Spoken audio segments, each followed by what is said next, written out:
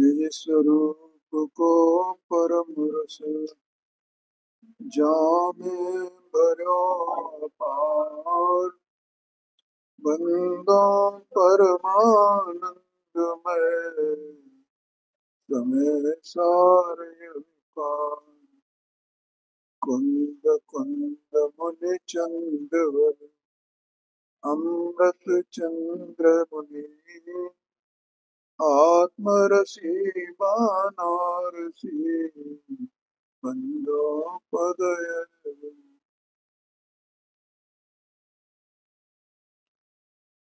पंडित बनारसी दास जी साहब की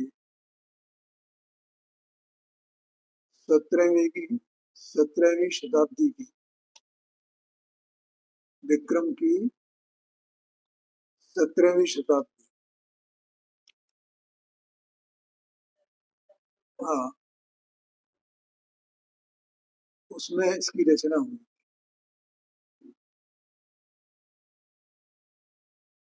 और ये रचना पंडित पांडे राजमल जी, उनकी जो समयसार कलश टीका है, तो उस टीका को पढ़ पढ़ करके उन्होंने इसको लिखा है। ऐसा लगता है जैसे उन्हें समयसार ग्रंथ का परिचय नहीं हुआ और टीका का परिचय हो गया था, उसके आधार पे इसको लिखा है।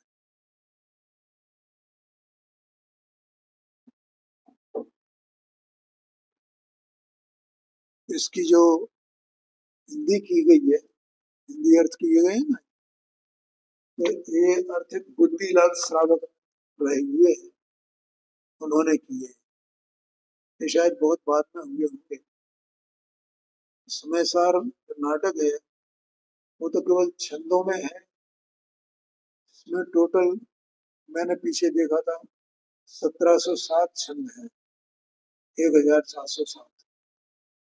उनकी हिंदी और उनके शब्दों के अर्थ जो किए हैं वो बुद्धिलाल जी श्रावक ने किए। और ये अपन ने भी जो मंगलाचरण किया, ये भी उन्हीं का मंगलाचरण है। इसमें लिखा भी है यहाँ पर, हिंदी टीकाकार की ओर से मंगलाचरण। अब ये उनका जो जीवन था बनारसी दास जी साहब का, वो बहुत उतार चढ़ाव वाला जीवन रहा है, बहुत ज्यादा।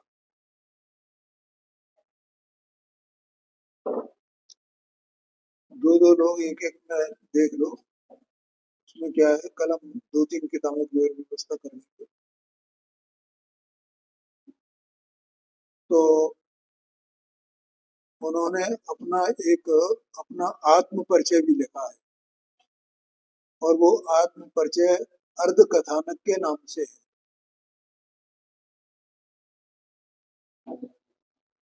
तो मेरे पास था वो, और आजकल तो वो उस पे यूट्यूब पे उपलब्ध हो जाता है, तो वहां से देख सकते हैं। बहुत ही जोरदार है वो। और वो पूरा का पूरा जो उनकी आत्मकथा है वो पद्यों में लिखी गई है, गद्य में नहीं लिखी है, मैंने कविता के रूप में है। एक बनारसी दास चतुर्वेदी शायद हुए साहित्यकार, हिंदी में बहुत अच्छे साहित्यकार हुए। तो उन्होंने ये लिखा है कि एक बनारसी दास की जो आत्मकथा है, ये हिंदी साहित्य में पहली आत्मकथा है। इससे पहले किसी ने आत्मकथा नहीं लिखी। इतने लोग हुए हैं, किसी ने भी आत्मकथा नहीं लिखी है, और ये पहली आत्मकथा है जो हिंदी में और पद्य में लिखी। इतनी तारीफ की है उन्होंने उसकी। खैर, अब इस ग्रंथ में जैसा मैंने बताया, तो इसको बिल्कुल हूबहू वैसा का वैसे ही बनाया है। कुछ इन्होंने अपने स्वतंत्र छंद भी उसमें ऐड किए हैं। तो जैसे ये प्रारंभ में इन्होंने जो भूमिका लिखी है, 8 पेज में शायद भूमिका है इसकी।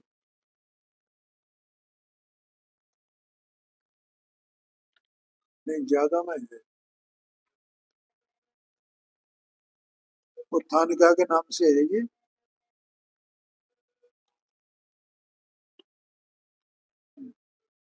हाँ, 24 पेज में है, लगभग 24 पेज में इसकी उत्थानिका है और 51 छंद है। मतलब इसमें सामान्य बातें हैं, उसके बाद फिर अधिकार इसमें शुरू होते हैं और जितने अधिकार हैं उनका नाम द्वार से है। जीव द्वार, अजीव द्वार। समयसार जी ग्रंथाग्रज है, उसमें जीव अजीव अधिकार है ऐसा करके एक अधिकार है। इसमें जीव द्वार और अजीव द्वार अलग अलग अधिकार बनाए गए, ये विशेषता है इसकी। और इस प्रकार से सर्वसिद्ध ज्ञान द्वार तक ले गए हैं इसको। और उसके बाद एक स्याद्वाद अधिकार है और एक गुणस्थान अधिकार इनकी तरफ से अलग से बनाए गए। तो इस प्रकार से इसमें 12-13 अधिकार हैं टोटल। तो अपन यहाँ पर पेज नंबर 2 पर आ जाए। पहला छंद है इसका, ये मंगलाचरण है और मंगलाचरण में पार्श्वनाथ स्वामी की स्तुति की गई है। तो मैं पढ़ता हूँ और जिनको रुचि हो मेरे साथ में पढ़ें। करम भरम जगत मेरे हरन खग, उरग लखन पग शिव मग दरसी, निरखत नयन भविकयन बरखत, हरखत अमित भविकयन सरसी, मदन कदन जित परम धर्म हित, सुमेरत भगति भगति सब डरसी, ओ सजल जलद तन मुकुट सपत फन, कमठ दलन जिन नमक बनरसी। भैया देखो, पार्श्वनाथ स्वामी की स्तुति की गई है। हिंदी नीचे दी है, इसमें अर्थ दिया है, शब्दों के अर्थ भी दिए हैं। खग माने सूर्य, ख माने होता है आकाश और ग माने उसमें गमन करने वाला। ठीक है, इसलिए आप लोगों को पता होगा पक्षियों को भी खग कहा जाता है, लेकिन यहाँ खग से सूर्य को लिया है। कदन माने युद्ध और मदन होता है काम, मतलब उसको काम को कामदेव की संज्ञा दी गई है यहाँ। सजल माने पानी सहित, जलद माने बादल या मेघ और सपत माने साथ। अब यहाँ अर्थ देते हैं, जो संसार में कर्म के भ्रमरूप अंधकार को दूर करने के लिए सूर्य के समान है। कर्म भरम जगत तिमिर हरन खग। ठीक है, माने जगत के जीवों का जो अज्ञान अंधकार है, हरन माने उसको दूर करने के लिए, और वो जो अज्ञान अंधकार है उसका कारण कौन है? कर्म है। 2 नंबर का पेज है, शुरू में ही है। प्रस्तावना छोड़ दो, प्रस्तावना के आगे बढ़ो। 2 नंबर पेज,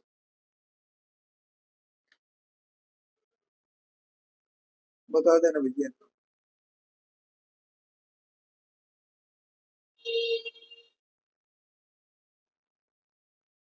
ठीक है, कर्मोदय जन्य जीव की परिणति में जो भ्रमरूपी अंधकार है, तो भ्रम से क्या होता है, जीव को कुछ नहीं दिखाई देता है। जैसे कोई अंधा आदमी हो ना, तो उसको कुछ दिखाई नहीं देता है। तो घर से बाहर निकले तो उसे कोई अंदाजा कहीं का कुछ है नहीं ना, तो भ्रमित रहता है। तो ऐसे ये जीव अज्ञान अंधकार में फंसा हुआ है।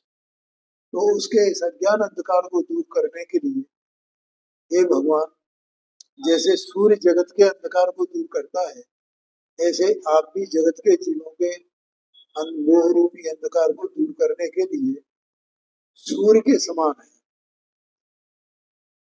उरग लखन पग, आपके चरणों में, उरग माने सर्प, सर्प का लक्षण देख करके, माने आपके इसमें चरणों में एक तो सर्प का लक्षण है ऐसा, और शिवमुख दर्शी, और आप कैसे हो, मोक्ष मार्ग को दिखाने वाले हो।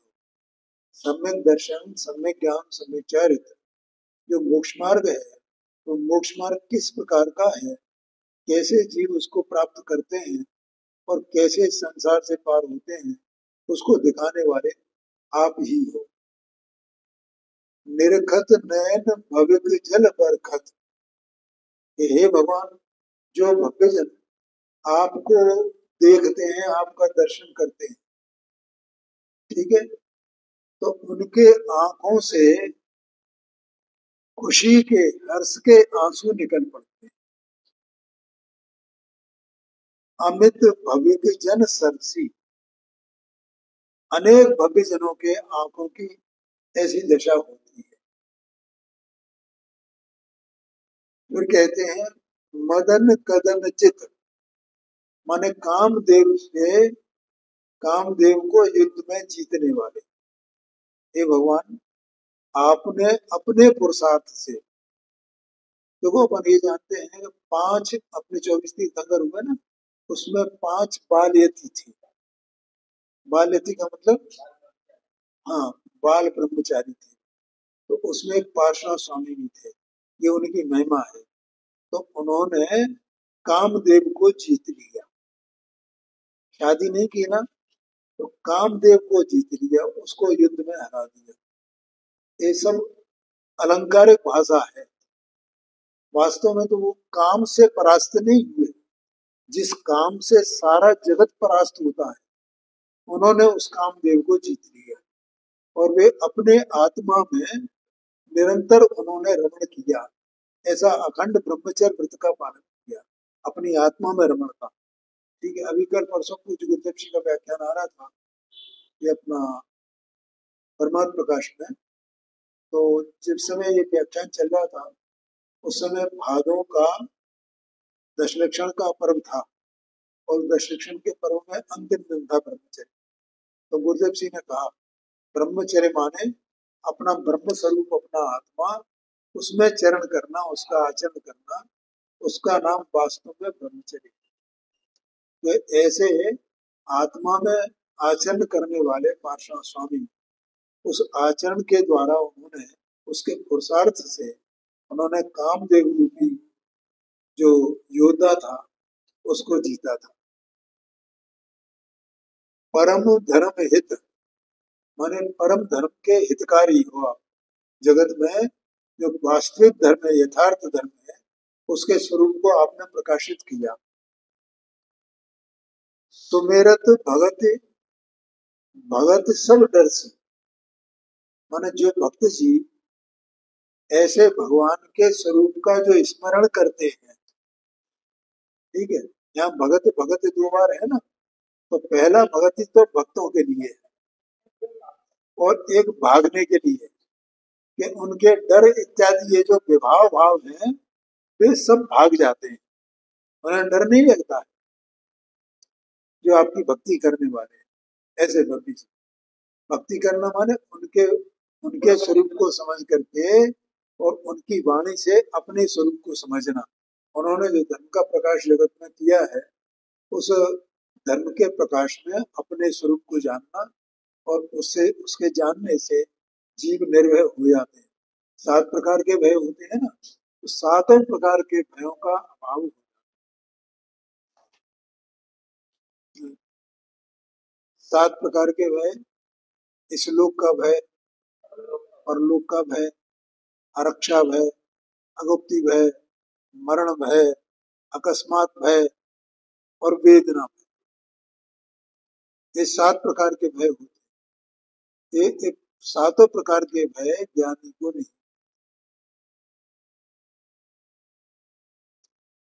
सजल जलद तन, मुकुट सपत फन, कितना बढ़िया दिखाया है। ये देखो ये भी कला है, यानी कैसी कला में वे माहिर थे। इसमें मैं अभी आपकी इस विशेषता बताऊंगा छंद की, इसमें नहीं लिखा है, मैं बस वैसे ही बताऊंगा आपको। तो सजल जलद तन, माने हे भगवान आपका शरीर जैसे सजल माने पानी से भरा हुआ, और जलद माने बादल, मेघ।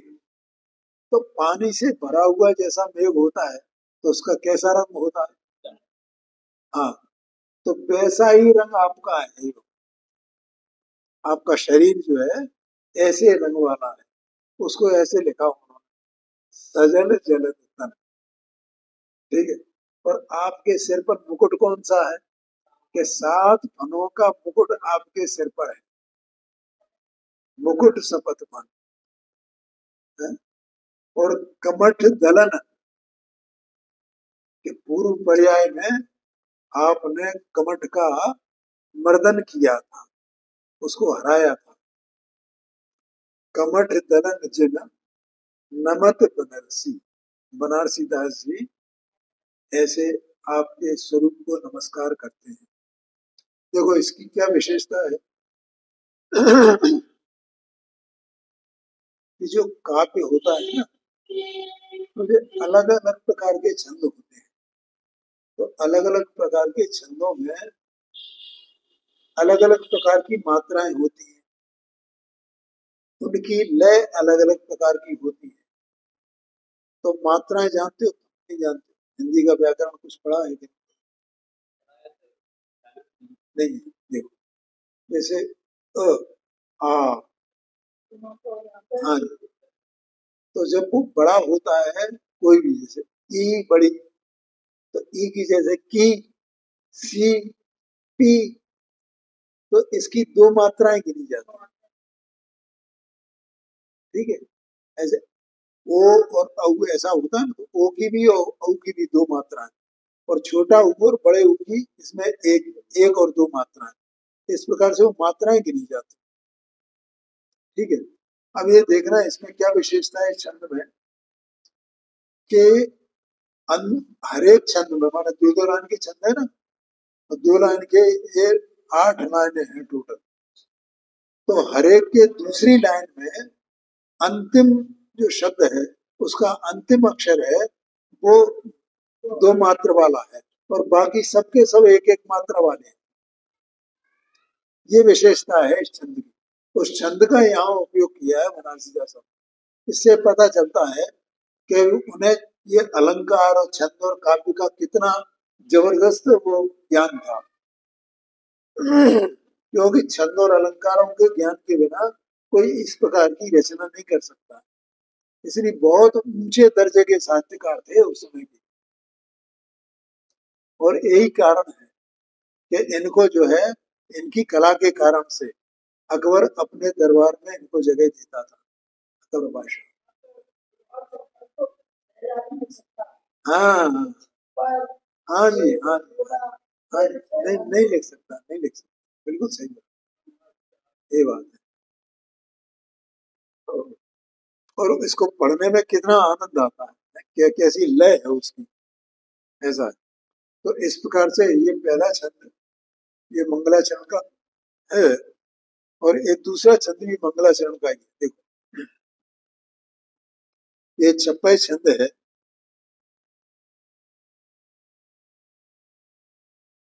और इसमें 12 लाइन है। वैसे छप्पय में 6 लाइनें होती है। ठीक है। इसलिए छप्पय का मतलब होता है 6 पद वाला। इसलिए इसको अब एक एक पद 2-2 लाइन का समझ लो, तो 6 पद हो गए इसमें। और इसमें ये कहा, देखो यहाँ ब्रैकेट में लिखा हुआ है, इस छंद में सब वर्ण लघु हैं, माने एक मात्रा वाले ही हैं, 2 मात्रा वाला कोई है ही नहीं इसमें। हाँ जी, हाँ जी। सकल करम खल दलन कमठ सठ, पवन कनक नग धवल परम पद रमन जगत जन अमल कमल खर। परमत जलधर पवन सजल घन समतन सम कर पर अग्रज हर जलद सकल जन नत भव भय हर जमदलन जम जमदलन नरक पद क्षय करन अगम अतट बहु जल तरन बरसवल मदन वन हर दहन जय जय परम अभय करन। माने ये जो अंतिम चार लाइनें है ना, ये चार लाइनें दूसरा छंद है इसमें, दूसरे प्रकार का। और ये इस प्रकार से आठ और ये चार लाइनें मिलकर के ही छप्पे कहलाता है। इसमें शब्दार्थ दिया है कनक नग। नग माने होता है पहाड़। कनक नग माने सोने का पहाड़। सोने का पहाड़ माने सुमेरु पर्वत। और उसे सुमेरु पर्वत को सोने का पहाड़ क्यों कहा गया? क्योंकि ऐसा कहा जाता है कि सुमेरु पर्वत के नीचे सोना ही सोना भरा हुआ है, इसलिए ऐसा कहा जाता है। मैंने कहीं पढ़ा था, सुना था कि उसके नीचे सोना ही सोना है। परमत माने जैन मत के सिवाय दूसरे सब मिथ्या मत। नत माने बंधनीय, माने नत में माने झुका जाता है ना, उसमें बंधना करने। हर दहन माने रुद्र की अग्नि। हर कहते हैं रुद्र को, और हरि कहते हैं नारायण को भी कहते हैं, और हरि इंद्र को भी कहते हैं। ऐसा है। अब यहाँ अपन इसका अर्थ पढ़ते हैं। सकल कर्म खल। खल माने दुष्ट। जो सारे कर्म हैं उनको दुष्टों की संज्ञा दी गई। ऐसा कहीं उसमें भी आता है सिद्ध चक्र मंडल विधान में, दुष्टाष्ट कर्म। ये जो 8 कर्म हैं वे दुष्ट हैं, क्योंकि ये जीव उन्हीं के कारण जो पा रहा है इस पे। तो सकल कर्म खल दलन कमठ सठ। सठ माने भी दुष्ट होता है। कमठ सठ पवन कनक नग, ऐसा कहते हैं। तो देखो अपन नीचे देखते हैं, जो संपूर्ण दुष्ट कर्मों को नष्ट करने वाले हैं। दलन मानो उसका दल नष्ट करना हो, ठीक है। कमठ की वायु के समक्ष मेरु के समान है। कमठ सठ पवन कनक नग। ये भक्तामृत स्तोत्र में भी आता है कि भैया देखो कितनी तेज वायु चले, केवल ज्ञान की महिमा में वो है, ठीक है। लेकिन क्या वो सुमेर पर्वत को हिला सकती है? कितने तूफान आ गए, आजकल इतने स्पीड चलती है ना, 200 100 150 200 किलोमीटर प्रति घंटे की चाल से सब वो तूफान आया, ऐसा ऐसा आता है। तो ऐसे तूफान भी सुमेर पर्वत को नहीं हिला सकते। ऐसे ही है भगवान, आपकी जो केवल ज्ञान ज्योति है वो ऐसे झंझावात में भी जो कि त्यों अकंप रहती है, ऐसा वहां कहा भक्तामृत स्तोत्र। हाँ जी, ठीक है। वैसे ही यहाँ कहा कि कमठ ने कितना उपद्रव किया, उसके सामने आप बिल्कुल सुमेर पर्वत के सामने तरह अडिग रहे। वो कमठ भी आपको नहीं डिगा सका। ऐसा ऐसे आप अपने स्वरूप में लीन हुए, और ये वास्तविकता है भैया, ये कोई वो नहीं है। देखो अपने को ऐसा लगता है कि भी भगवान डिग गए होंगे तो क्या हुआ, डिग सकते हैं। क्यों नहीं डिग सकते? उसका कारण बाहर से उनका शरीर कैसा है, वज्र ऋषभ महाराज संगनन का शरीर, इसलिए वो नहीं डिगता। और अंतरंग में स्वरूप में ध्यानस्थ ऐसे कि उसके सामने वो ध्यान से टिके नहीं। पांडवों की भी कथा आती है ना। हाँ, तो 3 पांडव, इतनी कितनी गर्मी होगी अपने को, तो जरा सा मतलब उसका उसके पास तक अगर पहुंच जाए, लौसी लग जाए, तो कितनी एकदम चौंक जाते हैं, एक बुरी तरह बच गए ऐसा लगता है। और जहाँ लोहे के तख्ताएमान आभूषण पहनाए गए हों, तो वहां क्या दशा हो। सिगड़ी जल रही हो सिर पे, तो वहां क्या दशा हो। लेकिन वे अंतरंग में अपने स्वरूप में इस प्रकार से ध्यानस्थ थे। 3 चौकड़ी कसाय का अभाव था उसका, तो ऐसा उनको ध्यान था, शुक्ल ध्यान। उसके बल पर भी उससे छिगे ही नहीं। ऐसा स्वरूप है ध्यान का। ऐसा ही है भगवान पार्श्वनाथ स्वामी, आपका भी ऐसा ही स्वरूप है।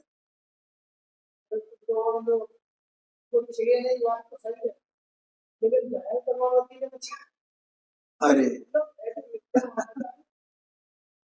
अरे भैया, ठीक है, मान लिया, चलो यहाँ धनिक परमात्मति आ गए।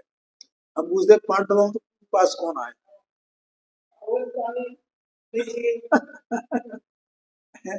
और वो क्या नाम था उनका, जो सिगड़ी जल रही थी, गज कुमार मुंडराज।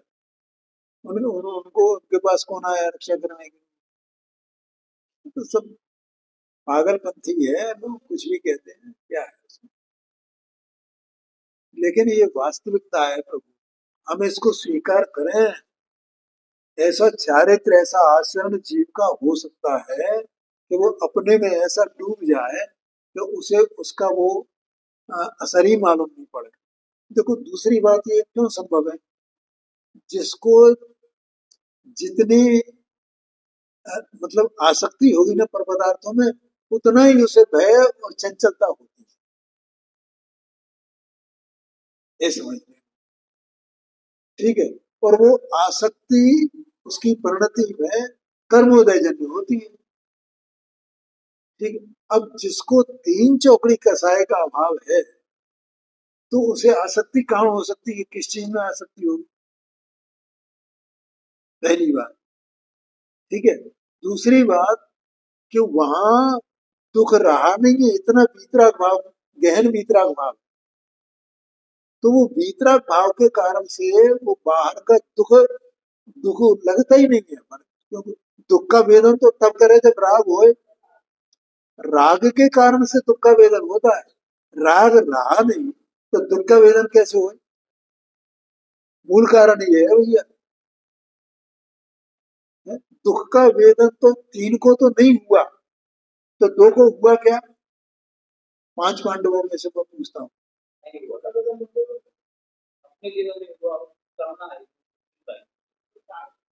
हाँ, ऐसा विकल्प आ गया, बस इतना सा विकल्प ही आया है और कुछ नहीं। लेकिन दुख तो नहीं लगा, क्योंकि इतना वीतराग भाव था अंदर में, 3 चौकड़ी कसाय गया भाव, इसलिए दुख नहीं लगा। कहीं लिखा होगा ना दुख दुख लगा, हो ही नहीं सकता। ऐसा है। आत्मा चैतन्य स्वभाव में वस्तु, आनंद स्वभाव में वस्तु है, तो आनंद इतना प्रकट है कि उसके सामने दुख नगण्य है।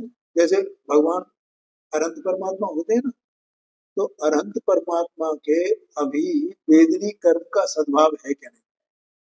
और वेदनी कर्म का सद्भाव है, तो वेदनी कर्म का उदय भी है, ठीक है।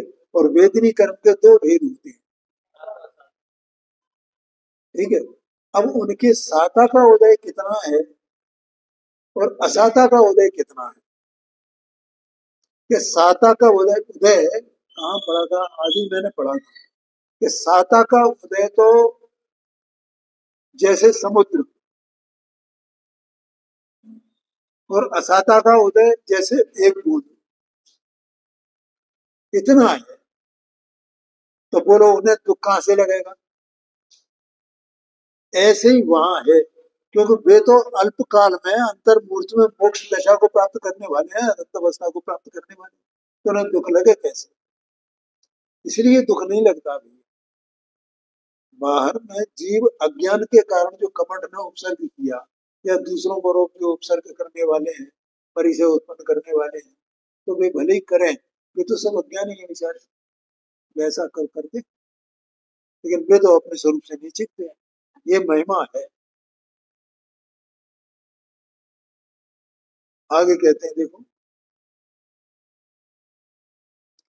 धवल परम पद रमन जगत जन अमल कमल खग। उसका अर्थ करते हैं, धवल परम पद रमन, उसका अर्थ है देखो तीसरी लाइन में, निर्विकार सिद्ध पद में रमण करते हैं।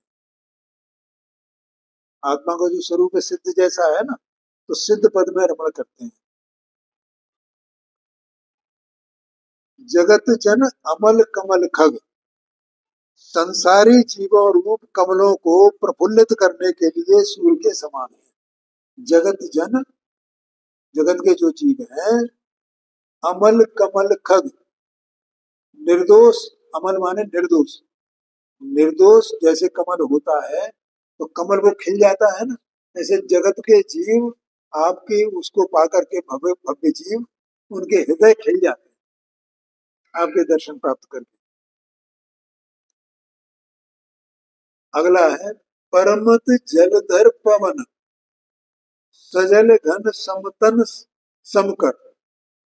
परमत माने अन्य, अन्य जो मत है उनके लिए आप जलधर हो। वो जलधर के लिए जैसे पवन होती है ना, हवा क्या करती है, वो बादलों को उड़ा देती है?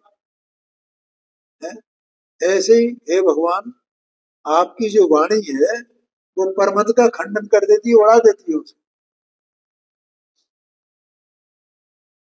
मिथ्या मत रूपी मेघों को उड़ा देने के लिए प्रचंड वायु रूप हैं आप। सजल घन समतन समकर, जिनका शरीर पानी से भरे हुए मेघ के समान नील वर्ण है। फिर ये कहा यहाँ पर, ठीक है।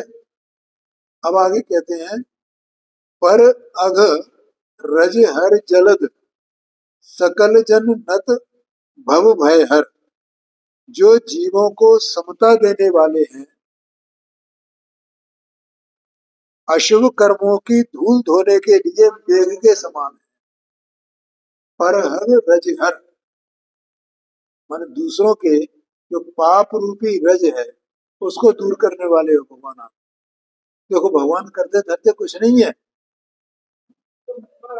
हाँ जी, लेकिन जो जीव उनके, उनका भरोसा करते हैं, उनका विश्वास करते हैं, उनके स्वरूप को समझते हैं, तो उनके पाप अपने आप दूर हो जाते हैं, वे पापों से मुक्त हो जाते हैं। बोलो उनके पाप रहेंगे? मेघ के समान है। संपूर्ण जीवों के द्वारा सकल जन नत भव भय हर, संपूर्ण जीवों के द्वारा वंदनीय है और जन्म मरण का भय हरने वाले हैं। आगे कहते हैं, जम दलन नरक पद छह करन। जम माने यमराज, दलन माने नष्ट करना, यमराज को नष्ट करने वाले हो। अर्थात जीव जो है वो मरण को प्राप्त नहीं होते हैं। मरण कब तक है? जब मिथ्यात्व बुद्धि है तब तक मरण है। तो उन्होंने पंडित साहब ने दौलत राम जी बसने लिखा है ना, अब हम अमर भय न मरेंगे। क्यों? तन कारण मिथ्यात्व दियो तज। क्यों करते धरेंगे? अब देह में एकत्व बुद्धि नहीं रही, जीव को संसार में देह क्यों मिलती है? क्योंकि देह में एकत्व है, देह जीव को एक ही नहीं। जब तक देह में एकत्व है तब तक देह मिलेगा, और जिस जीव को देह में एकत्व टूटा छूटा तो उसे फिर देह क्यों मिलेगी? उसे देह नहीं मिलने वाली। वैसे यहाँ पर यमराज को दलने वाले, नष्ट करने वाले हैं, और नरक पद छह करम, ऐसे जीव को, जो भव्य जीव आपका दर्शन करते हैं और स्वरूप की प्राप्ति करते हैं तो उनको नरक का नरक गति नहीं मिलती है, उससे बचाने वाले। आगे कहते हैं अगम अतट भव जल तरन। माने अगम माने अगम, सामान्य जीव जिनकी वहां तक पहुंच नहीं है, और अतट माने जिसका कोई तट नहीं है, ऐसा भवरूपी समुद्र, उसको तारने में आप कारण है, ऐसा कहते हैं।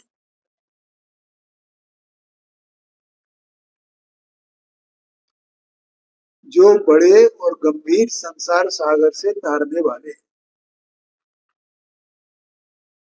आगे कहते हैं वर सबल मदन बन हर दहन, जय जय परम अभय कर। जो सबल मदन है, ठीक है, माने मदन मान वही कामदेव, जो बहुत अ, पुष्ट है, मजबूत है, सारे जगत को मूर्छित जिसने किया है, ऐसा जो अ, कामदेव है, उसको नष्ट करने के लिए, ऐसा वन रूपी जो कामदेव है, उसको नष्ट करने के लिए आप अग्नि के समान है, ऐसा कह रहे हैं। दहन माने अग्नि। अत्यंत बलवान कामदेव के बल को जलाने के लिए रुद्र की अग्नि के समान है, ऐसा कहा। और अंत में कहते हैं जो जीवों को बिल्कुल निडर बनाने वाले हैं, उन पार्श्वनाथ भगवान की जय हो। यार मैं है ना, भगवान का जो स्वरूप समझेगा तो वो निडरता को प्राप्त होता है, उसे डर नहीं रहता, भय नहीं रहता, क्योंकि भगवान के स्वरूप ही अपना स्वरूप है, ऐसा जानने के लिए, उसके लिए है ये। ठीक है, समय हो गया है, आगे की चर्चा करते हैं।